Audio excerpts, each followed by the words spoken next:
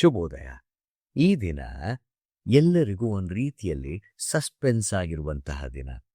ನೀವು ಎಂದಾದರೂ ಒಂದು ಬೀಜವನ್ನ ಮಣ್ಣಿನಲ್ಲಿ ಹಾಕಿ ಅದು ಮೊಳಕೆ ಒಡೆಯುವ ತನಕ ಅಲ್ಲೇ ನಿಂತು ಅದು ಹೇಗೆ ಮೊಳಕೆ ಒಡೆಯುತ್ತದೆ ಕಾಯ್ದು ನೋಡಿದ್ದೀರಾ? ನಾವು ಮೊದಲನೆಯ ಬಾರಿ ಈ ಪ್ರಯತ್ನವನ್ನ ಮಾಡುವಾಗ ನಮ್ಮಲ್ಲಿ ಒಂದು ರೀತಿಯಾದಂಥ ಉತ್ಸುಕತೆ ಇರುತ್ತೆ. ಅಯ್ಯೋ, ನಾನು ಒಂದು ಬೀಜವನ್ನ ನೆಟ್ಟಿದ್ದೇನೆ, ಅದು ಯಾವ ರೀತಿಯಲ್ಲಿ ಮೊಳಕೆ ಒಡೆಯಬಹುದು, ಯಾವ ರೀತಿಯಲ್ಲಿ ಅದು ಹೊರಗೆ ತನ್ನನ್ನ ತಾನು ತೋರಿಸಿಕೊಳ್ಳಬಹುದು ಅನ್ನುವಂಥದ್ದನ್ನ ನಾವು ಕಾಯ್ದು ನೋಡುತ್ತೇವೆ. ಈ ಕಾಯುವಿಕೆಯನ್ನ ತೋರಿಸುವಂಥದ್ದು ಈ ಒಂದು ಶನಿವಾರದ ದಿನ. ಸ್ವಾಮಿ ತನ್ನ ಪ್ರಾಣವನ್ನ ಆ ಶಿಲುಬೆಯ ಮೇಲೆ ಅರ್ಪಿಸಿಕೊಟ್ಟ ನಂತರ ಅಲ್ಲಿ ಆ ಕತೆ ಮುಗಿದು ಹೋಗುತ್ತದೆ. ಅದಾದ ನಂತರ ಸ್ವಾಮಿ ಹೇಳಿದ್ದಾನೆ, 3ನೇ ದಿನದಲ್ಲಿ ನಾನು ಎದ್ದು ಬಂದೇ ಬರುತ್ತೇನೆ ಎಂಬುದಾಗಿ ಗೊತ್ತಿದ್ದಾಗ್ಯೂ ಅನೇಕರ ಯೋಚನೆಗೆ ನಿಲುಕದ ಸಂಗತಿ ಆತನ ಪುನರುತ್ಥಾನವಾಗಿತ್ತು. ಮಾರ್ಕನ ಸುವಾರ್ತೆ 15ನೇ ಅಧ್ಯಾಯ 42ರಿಂದ 47 ವಚನಗಳನ್ನು ನಾವು ನೋಡುವಾಗ ವಾಕ್ಯ ಹೇಳುತ್ತೆ, ಆಗಲೇ ಸಂಜೆಯಾಗಿತ್ತು ಮತ್ತು ಆ ದಿನವು ಸೌರಣೆಯ ದಿನ, ಅಂದರೆ ಸಬ್ಬ ದಿನದ ಹಿಂದಿನ ದಿನ ಆಗಿತ್ತು. ಹೀಗಿರಲಾಗಿ ಅರಿಮತ್ತಾಯನಾದ ಯೋಸೇಫನೆಂಬುವನು ಬಂದು ಧೈರ್ಯದಿಂದ ಪಿಲಾತನ ಬಳಿಗೆ ಹೋಗಿ ಯೇಸುವಿನ ದೇಹವನ್ನು ತನಗೆ ಕೊಡಿಸಬೇಕೆಂದು ಬೇಡಿಕೊಂಡನು. ಇವನು ಹಿರಿಸಭೆಯವರಲ್ಲಿ ಘನವಂತನು, ದೇವರ ರಾಜ್ಯವನ್ನು ಎದುರು ನೋಡುತ್ತಿದ್ದವನು. ಪಿಲಾತನು ಅವನು ಇಷ್ಟು ಬೇಗ ಸತ್ತನೋ ಅನ್ನುವಂಥದ್ದನ್ನು ಖಾತ್ರಿಪಡಿಸಿಕೊಂಡು ತದನಂತರ ಶವವನ್ನ ಯೋಸೇಫನಿಗೆ ಕೊಡಿಸುತ್ತಾನೆ. ಯೋಸೇಫನು ಆ ದೇಹವನ್ನು ನಾರುಮಡಿಯನ್ನ ತಂದು ಸುತ್ತಿ ಬಂಡೆಯಲ್ಲಿ ತೋಡಿದಂಥ ಸಮಾಧಿಯಲ್ಲಿಟ್ಟು ಸಮಾಧಿಯ ಬಾಗಿಲಿಗೆ ಕಲ್ಲನ್ನ ಉರುಳಿಸುತ್ತಾನೆ. ನೋಡಿ, ಈ ಎಲ್ಲ ಕಾರ್ಯಗಳ ಮಧ್ಯದಲ್ಲಿ ನಾವು ಒಂದು ಉತ್ಸುಕತೆಯಿಂದ ಕಾಯ್ತಾ ಇದ್ದೀವಿ. ಅಯ್ಯೋ, ಏನಾಗ್ಬಹುದು? ಯಾರು ಯಾವತ್ತು ಪುನರುತ್ಥಾನವನ್ನ ಹೊಂದಿಲ್ಲ.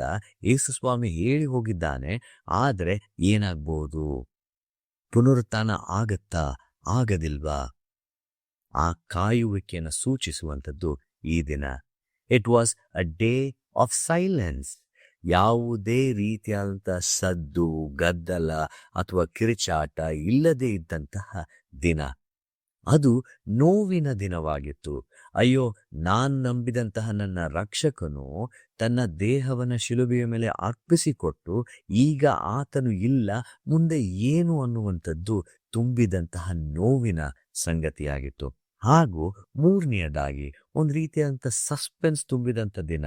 ಆತನು ಈಗ ತೀರಿ ಹೋಗಿದ್ದಾನೆ, ಆದರೆ ಮುಂದೆ ಏನು, ಮುಂದೆ ಹೇಗೆ, ಮುಂದಿನ ಜೀವಿತ ಏನು ಅನ್ನುವಂಥದ್ದನ್ನ ತೋರಿಸುವಂತಹ ಸಂಗತಿ ಈ ಒಂದು ಶನಿವಾರದ ಸಂಗತಿ. ಅಲ್ಲಿಗೆ ಇದು ಒಂದು ರೀತಿಯಲ್ಲಿ ಮರಣ ಹಾಗೂ ಬದುಕು ಅಥವಾ ಮರಣ ಅಥವಾ ಜೀವದ ಮಧ್ಯದಲ್ಲಿರುವಂತಹ ಒಂದು ದಿನ. ನೋವು ಹಾಗೂ ಸಂತೋಷ ಇದರ ಮಧ್ಯದಲ್ಲಿ ಇರುವಂತಹ ಒಂದು ಸಮಯ. ಈ ಸಮಯದಲ್ಲಿ ನಾನು ನೀವು ಹೇಗೆ ಕಾದಿದ್ದಿರಬಹುದು? ನಾನು ನೀವು ಸತ್ಯವನ್ನು ಓದಿರುವ ಮೂಲಕ ನಮಗೆ ಗೊತ್ತು, ಸ್ವಾಮಿ ಆತನು 3ನೇ ದಿನದಲ್ಲಿ ಎದ್ದು ಬರ್ತಾನೆ ಎಂಬುದಾಗಿ. ಆದರೆ ಆ ದಿನಮಾನಗಳಲ್ಲಿ ಇದ್ದಂತಹ ಜನರಿಗೆ ಸತ್ಯವೇದ ಇರಲಿಲ್ಲ. ಹಾಗಾಗಿ ಯೇಸು ಸ್ವಾಮಿ ಆಡಿದ ಮಾತಿನ ಮೇರೆಗೆ ಮಾತ್ರವೇ ಅವರು ನಂಬಬೇಕಾಗಿತ್ತು. ಈ ನೋವಿನ ಸಮಯದಲ್ಲೂ ಸಹ ಅವರು ಹೇಗೆ ನೆನಪಿಟ್ಟುಕೊಂಡಿರುವುದಕ್ಕೆ ಸಾಧ್ಯ? ನಮಗೆ ನೋವು ಹೆಚ್ಚಾಗಿ ನಮ್ಮನ್ನು ಆವರಿಸುವಾಗ ಅನೇಕ ಸಂಗತಿಗಳನ್ನು ಮರೆತು ಹೋಗ್ತೇವೆ. ಅದೇ ರೀತಿಯಾದಂಥ ಘಟನೆ ಈ ಶಿಷ್ಯರಲ್ಲಿಯೂ ಅಥವಾ ಯೇಸುಸ್ವಾಮಿಯ ಸುತ್ತಮುತ್ತಲಿದ್ದಂಥ ಜನರಲ್ಲಿಯೂ ಸಹ ಆಗಿದ್ದಿರಬಹುದು. ಆದರೆ ಇದೆಲ್ಲವನ್ನ ಮೀರಿ ಸ್ವಾಮಿ ಆ ಒಂದು ಸೈಲೆನ್ಸಲ್ಲೂ, ಅಂದರೆ ಯಾವುದೇ ಗದ್ದಲವಿಲ್ಲದಿರುವಂಥ ಸಮಯದಲ್ಲೂ ಕಾರ್ಯ ಮಾಡುತ್ತಿರುವಂಥದ್ದನ್ನ ತೋರಿಸುವಂಥ ದಿನ ಈ ದಿನ. ಅಲ್ಲಿ ಸಂಪೂರ್ಣವಾದಂಥ ನಿಶಬ್ದತೆ ಇದೆ, ಯಾವುದೇ ರೀತಿಯಾದಂಥ ಗದ್ದಲ ಇಲ್ಲ. ಅದರ ಮಧ್ಯದಲ್ಲೂ ಸಹ ದೇವರು ಕಾರ್ಯ ಮಾಡುವಂಥದ್ದನ್ನ ನಾವು ಕಾಣ್ತೇವೆ. ನಾವು ಬೀಜ ನೆಡ್ತೇವೆ, ಅದಾದ್ಮೇಲೆ ಮೊಳಕೆ ಬರುತ್ತೆ. ಇದರ ಮಧ್ಯದಲ್ಲಿ ಏನಾಗ್ತದೆ ನಮಗೆ ಗೊತ್ತಿಲ್ಲ. ಇದು ದೇವರ ಕೆಲಸ. ಈ ಒಂದು ಶನಿವಾರ ದಿನದಂದು ನಾವೆಲ್ಲರೂ ಹೇಗೆ ಆ ದಿನದಲ್ಲಿ ಶಿಷ್ಯರು ಕಾದಿದ್ದಿರಬಹುದೋ ಆ ರೀತಿಯಲ್ಲೇ ನನ್ನ ಸ್ವಾಮಿ ಬಂದರೆ ಹೇಗೆ ಬರಬಹುದು? ಬರುತ್ತಾನ, ಬರೋದಿಲ್ಲವಾ?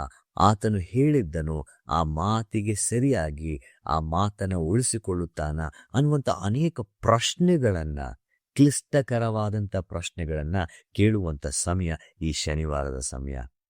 ಅಲ್ಲಿಗೆ ಆ ಸಮಾಧಿಯಲ್ಲಿ ದೇಹವು ಇಡಲ್ಪಟ್ಟಾಗ ನಮಗೆ ಆ ಕ್ಷಣಕ್ಕೆ ದೇವರು ಇಲ್ಲವೇನೋ ಎಂಬುದಾಗಿ ಭಾಸವಾಗ್ತದೆ. ಆ ಸಮಾಧಿಯ ಹಿಂದೆ, ಆ ಸಮಾಧಿಗೆ ಮುಚ್ಚಿದ ಕಲ್ಲಿನ ಹಿಂದೆ ದೇವರು ಕೆಲಸ ಮಾಡುವಂಥದ್ದನ್ನು ನಾವು ಈ ದಿನದಲ್ಲಿ ಕಾಣ್ತೇವೆ. ಈ ದಿನ ಮುಂದುವರೆದು ನಮ್ಮೆಲ್ಲರಿಗೂ ಹೊಸ ಭರವಸೆಯನ್ನು ಕೊಡುವಂತಹ ದಿನವಾಗಿ ಪರಿವರ್ತನೆ ಆಗ್ತದೆ. ಹಾಗಾಗಿ ನಮ್ಮ ಜೀವಿತದಲ್ಲಿ ಎಂದಿಗೂ ಯಾವುದೇ ಸಮಯದಲ್ಲಿ ನಮಗೆ ದುಃಖ ಬಂದಾಗ, ನೋವು ಬಂದಾಗ ತಲೆ ಕೆಡಿಸ್ಕೊಳ್ಬೇಡಿ. ಅದೆಲ್ಲದರ ಹಿಂದೆ ದೇವರು ಕಾರ್ಯ ಮಾಡುತ್ತಲಿದ್ದಾನೆ. ದೇವರು ಏನು ಇಷ್ಟೊಂದು ಸೈಲೆಂಟ್ ಆಗಿಬಿಟ್ಟಿದ್ದಾನಲ್ಲ ಎಂಬುದಾಗಿ ಅಂದುಕೊಳ್ಳುವಾಗ, ದೇವರು ಆಗಲೂ ಸಹ ಆ ಒಂದು ನಿಶಬ್ದತೆಯಲ್ಲಿ ಆತನು ಕಾರ್ಯ ಮಾಡುವಾತನು ಆಗಿರುತ್ತಾನೆ. ದೇವರು ನಿಮ್ಮನ್ನು ಆಶೀರ್ವದಿಸಲಿ. ಈ ಕಾರ್ಯಕ್ರಮದ ಬಗ್ಗೆ ನಿಮ್ಮ ಅಭಿಪ್ರಾಯ, ಸಲಹೆಗಳು ಹಾಗೂ ಯಾವುದೇ ಪ್ರಾರ್ಥನಾ ಮನವಿಗಳಿದ್ದಲ್ಲಿ ನಮ್ಮ ದೂರವಾಣಿ ಸಂಖ್ಯೆಗೆ ನೀವು ಕರೆ ಮಾಡಬಹುದು.